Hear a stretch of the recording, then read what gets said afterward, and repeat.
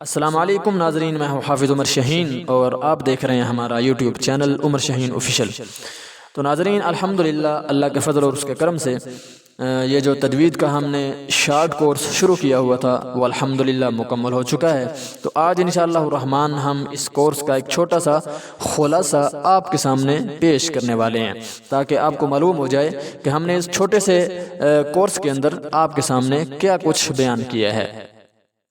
تو آئیے ناظرین شروع کرتے ہیں۔ آپ سکرین پر دیکھیں، آپ کو ہمارے اس کورس کا خاکہ بھی نظر آ رہا ہے، ٹھیک ہے۔ آپ دیکھیں، ہم نے اپنے اس کورس کو 3 حصوں میں تقسیم کیا تھا۔ پہلے حصے میں ہم نے حروف تہجی کو داخل کیا تھا، ٹھیک ہے، اور 3 اسباق میں اپنی بات کو مکمل کیا تھا، ٹھیک ہے۔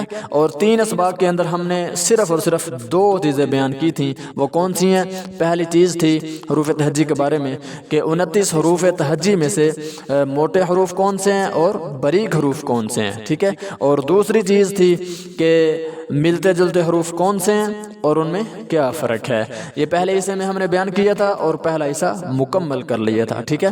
تو پیارے ناظرین، دوسرے حصے کی طرف چلتے ہیں۔ دوسرے حصے میں ہم نے علامات کو داخل کیا تھا، ٹھیک ہے، اور دوسرے حصے میں ہم نے صرف اور صرف 2 اسباق کے اندر اپنی بات کو مکمل کیا تھا، ٹھیک ہے۔ ہم نے علامات 6 آپ کے سامنے بیان کی تھیں اور مختصر اور آسان وضاحت تھوڑی تھوڑی ان کی پہچان بھی آپ کے سامنے پیش کی تھی۔ تو ہمارا جو دوسرا حصہ ہے وہ الحمدللہ مکمل ہو گیا تھا، ٹھیک ہے۔ تو تیسرے حصے کے اندر میں نے بتایا تھا کہ ہم تجوید کے جو ضروری اصول اور قواعد ہیں وہ انشاءاللہ بیان کریں گے اور ہم 8 اسباق کے اندر انشاءاللہ اپنی بات کو مکمل کریں گے۔ تو ہم نے الحمدللہ مکمل بھی کر لیا تھا۔ آپ دیکھیں کہ ہم نے آخری حصے میں، آخری پارٹ میں، تیسرے حصے میں ہم نے کیا کچھ آپ کے سامنے پیش کیا ہے۔ تو ناظرین، سب سے پہلے ہم نے آپ کے سامنے بیان کیا تھا کہ متحرک حرف کو لمبا کرنے کی کون سی صورتیں ہیں، ٹھیک ہے۔ حالانکہ متحرک حرف لمبا نہیں ہوتا، لیکن اس کو لمبا کرنے کی کتنی صورتیں ہیں اور کون سی صورتیں ہیں، یہ بہت ہی اہم سبق تھا جو ناظرین ہم نے آپ کے سامنے پیش کیا تھا انتہائی آسان انداز میں۔ تو اور دوسرے سبق کے اندر میں نے بتایا تھا کہ وقف کرنے کا کیا اصول ہے۔ وقف کرنے کا آسان اور جامع اصول آپ کے سامنے میں نے پیش کیا تھا۔ تو ناظرین، تیسرے سبق کے اندر میں نے گننے کا اصول بتایا تھا، وہ بھی انتہائی آسان اور سمپل انداز میں، ٹھیک ہے۔ اور چوتھے سبق کے اندر ہم نے آپ کے سامنے 3 اصول بیان کیے تھے۔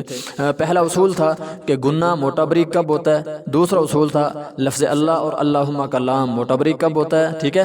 تو پیارے ناظرین، تیسرا ہمارا اصول تھا کہ الف مدہ یعنی کہ الف خالی ہو، پیچھے زبر ہو، تو ایسے الف کو موٹا اور باریک کب کیا جاتا ہے، ٹھیک ہے۔ اور 5ویں سبق کے اندر، 5ویں پارٹ کے اندر ہم نے آپ کو بتایا تھا کہ را کو موٹا اور باریک کب کیا جاتا ہے، ٹھیک ہے ناظرین۔ یہ میں نے بالکل آسان جو حالتیں تھی، جو صورتیں تھی، وہ آپ کے سامنے پیش کی تھی، یعنی کہ را کو موٹا اور باریک کرنے کا جو مکمل اصول ہے تفصیل کے ساتھ وہ بیان نہیں کیا تھا۔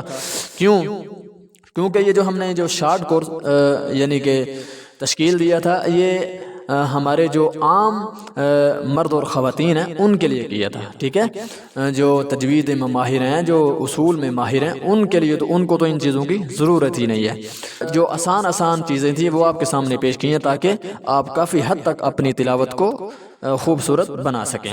تو ناظرین، چھٹے پارٹ کے اندر، چھٹے سبق کے اندر میں نے بتایا تھا کہ حروف قلقلہ کی وضاحت کیا ہے، ان کا مطلب کیا ہے، وہ کتنے ہیں اور کون سے ہیں، یعنی کہ قلقلہ کی مختصر سی وضاحت کی تھی۔ اور وقف اور سکتے میں کیا فرق ہے، یہ بھی ایک سمپل انداز میں نے آپ کو فرق بتایا تھا، ٹھیک ہے۔ اور 7ویں سبق کے اندر، پارٹ کے اندر میں نے 3 چیزیں، 3 اصول آپ کے سامنے الحمدللہ بالکل آسان انداز میں پیش کیے تھے۔ وہ کون سے تھے؟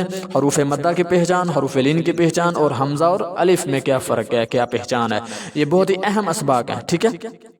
اور آخری سبق کے اندر، آخری پارٹ کے اندر ہم نے آپ کے سامنے 3 اصول رکھے تھے کہ قرآن پاک کے اندر کون سے حروف لمبے ہوتے ہیں، ٹھیک ہے، اور کتنے لمبے ہوتے ہیں، ٹھیک ہے۔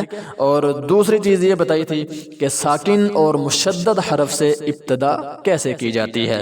اور تیسری چیز یہ بتائی تھی کہ نون ساکن اور نون تنوین سائلنٹ کب ہوتا ہے، یعنی کہ کب نہیں پڑھا جاتا۔